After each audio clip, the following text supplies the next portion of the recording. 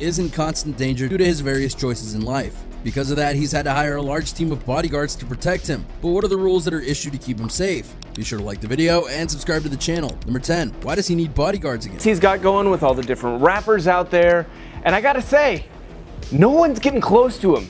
No fans. A small recap for those who aren't fully aware of the situation. 6ix9ine is a rapper who is known for being quite trollish and insulting just about everyone who is worth anything in order to get attention. But this is not why he needs protection. Rather, in his rise to fame, he joined a crew known as the 9 Trey Bloods, and he used them to get more fame and publicity in the United States. There we go. Here's some of the background, niggas. However, eventually a rift formed within the group and 6ix9ine. Later on, the rift got so bad that when the FBI arrested all of them, including 6ix9ine, for various crimes, 6ix9ine ratted on them to get a lesser sentence, thus becoming a snitch, one of the most hated things in the rap community, for the record. If you a rat, I don't respect you. Straight up, on no tight level.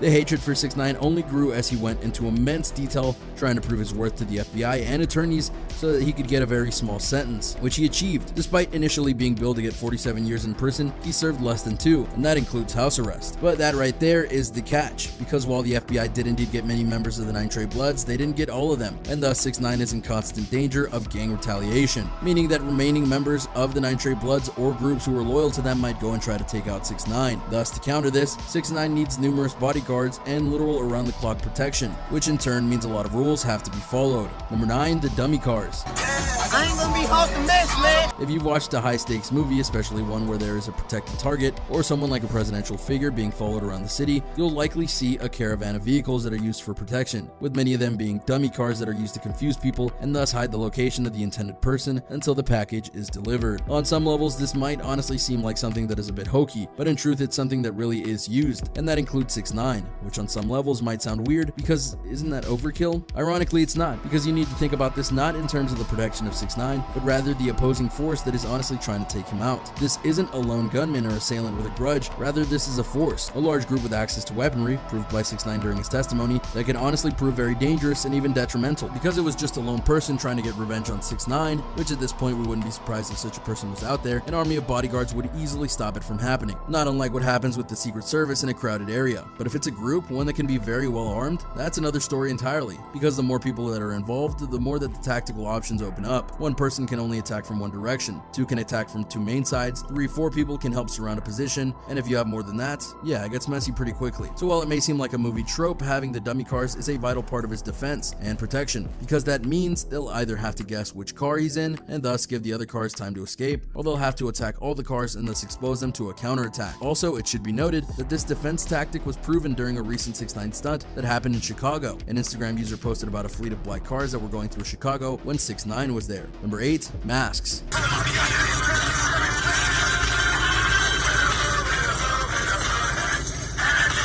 I'm sure some of you are thinking of very intimidating masks, like what special operatives wear in the military, right? Sadly, it's not that dramatic, but could you imagine if it was? We're just saying. Anyway, the rule in this case is about wearing masks to disguise the security guards that are protecting 6ix9ine. You might be thinking, why should they have to wear masks? They're not the ones in danger. But again, you're thinking about this in terms of protection of the offensive presence, because one of the things that 6ix9ine has to do, and oftentimes fails to do in his trolling measures, is not be seen in public and not have anyone know when he's out. The side effect of that, though, is his security forces. While 6ix9ine is easily recognizable, they are not, or at least they aren't supposed to be. Because if you think about it, if someone was to play it smart and use recon to try and get photographs of the security guards, all they would have to do is identify them and either bribe them in order to get them onto their side or get leverage on them so that they could be co-opted into their side. Again, we understand that this sounds like a movie plot, but there's a reason it's a good plot, because it works. Think about it objectively. 6ix9ine is surrounded by security, but if one of the guards was on the inside and either able to get 6ix9ine alone or plant something that would allow 6ix9ine to be taken out without anyone noticing, that would be a whole lot easier for the 9 Treys or whoever is going after 6ix9ine than doing an all-out assault. So thus, wearing masks is a vital thing. But it should be noted that one time on the New York subway, 6ix9ine's bodyguards weren't wearing masks, so you have to wonder if things are already in motion. Number 7,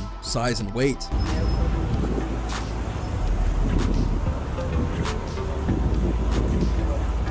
This is one of the many rules that might sound like a dumb thing to require, but you'd be surprised by how many people in the celebrity world at large do things like this. Because apparently to be a part of 6ix9ine's security team, you must be at least 6'5" and weigh around 300 pounds. Yeah, those are some pretty big dudes, and that right there is the reason that this rule is in place. First impression. Because when you think of it, there are really two kinds of bodyguards. The ones that are meant to keep you safe and blend into environments, like certain guards for celebrities, and then there are ones who are used to be intimidating. Ones that are warning all who come close by, saying if you come to them, you're gonna have to deal with us. And for someone like 6ix9ine, that kind of intimidation factor is exactly what he needs, because he wants everyone to see his bodyguards and basically be warned to back off or else. Sure, you can do that with a lesser sized bodyguard who is very skilled, which we'll get to, but then you risk someone being willing to get close enough to them in order for those skills to come into play. By having these big bruisers of bodyguards, they send a message, and it's that message that 6ix9ine is relying on more times than not, because he knows the people coming after him are no joke, so thus the people defending him must be no joke either, because if they don't look the part, they won't inspire fear, and thus will put him in danger. Number 6, military training. 6ix9ine!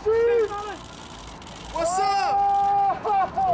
6ix9ine, let's get some shots, bro. Unlike the last few, this is one that may seem a bit more obvious, because it's very easy to say that you're a bodyguard, but then to act in certain situations in order to protect those in trouble, that's another matter entirely. And when it comes to 6ix9ine, who has some very powerful enemies, you need to be able to deal with situations that can be violent, misleading, and potentially even traps being set. So thus, any member of 6ix9ine's security team must be either officially trained in combat or have combat experience, preferably military training in one of the 5 main branches, which again sounds very obvious, but sometimes obvious is good. Plus, bodyguard work is one type of work that many people come out of the military go for, especially in big city venues where you know there's a lot of potential for clients. But even in a regular sense, if you want a good bodyguard, you want someone who can handle themselves in intense situations, which former soldiers are most definitely suited for. Because think about it like this, if there was an attack on the convoy that held 6ix9ine, what would you want? A bunch of singular bodyguards trying to handle the situation, or a bunch of trained soldiers who will work together in order to try and figure out the best solution to the problem? Exactly. Teamwork is vital here, and even if they're separate branches, they'll all get that immediate concept. They'll work together to keep 6ix9ine safe and thus ensure that they're doing their jobs. 6ix9ine is an idiot in many respects, and we've talked about that a lot on this channel,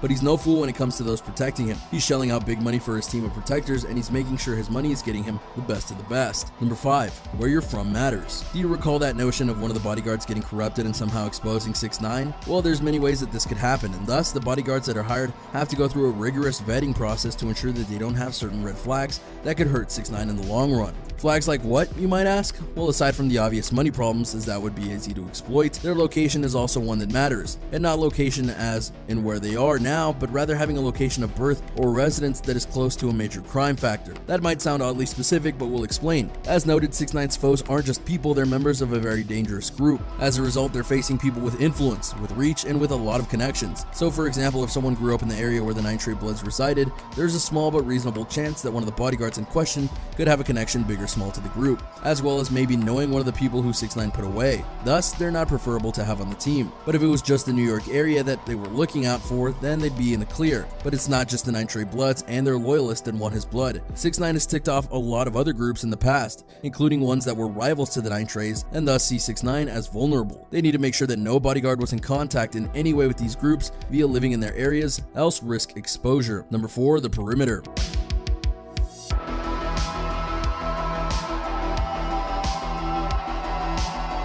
Here's another somewhat obvious one, but it's something that obviously must be done in order to keep 6ix9ine safe. While it may be true that no one will know where 6ix9ine is going, a smart person, like some of these groups, would be able to ascertain patterns that could lead to when and where 6ix9ine will be, like when he had to go constantly to his lawyer for checkups and such. So thus, if 6ix9ine is going to be heading to a location, no matter what the location is, his bodyguards must go and check that perimeter and make sure that there are no threats at all, period. And we're not saying like just go and do a walk around the building that he's aiming to go to, that would be too easy to get around.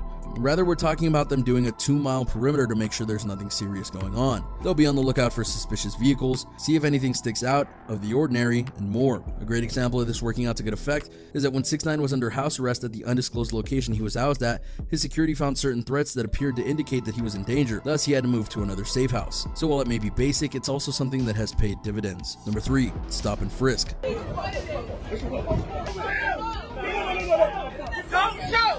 As we'll reveal in a bit, 6ix9ine has been a busy man after getting out of prison in order to try and get things back on track in his life, if there is such a thing. This means taking meetings, having visitors now that he's out of house arrest, and going on trips to, well, do 6ix9ine things. But that has various problems because that means that he's going to be meeting with people that could potentially harm him. So thus, when a person is to meet with 6ix9ine, they have to be stopped and frisked in order to show that they have no weapons nor mean any harm to 6ix9ine. While we're sure that some of these people are not going to be happy with this notion, it's non-negotiable because for all 6ix9ine knows, some of his enemies could have gotten to people he's meeting with. As if that wasn't enough, when he does go into a meeting, he must have 2 security guards outside the door for their protection, as well as making sure that no one surprises them in a meeting who hasn't been vetted yet. Again, it seems stingy, but the threat against 6ix9ine is real and they're taking a lot of steps to ensure safety. How to set up a meeting. I'm trying, honey.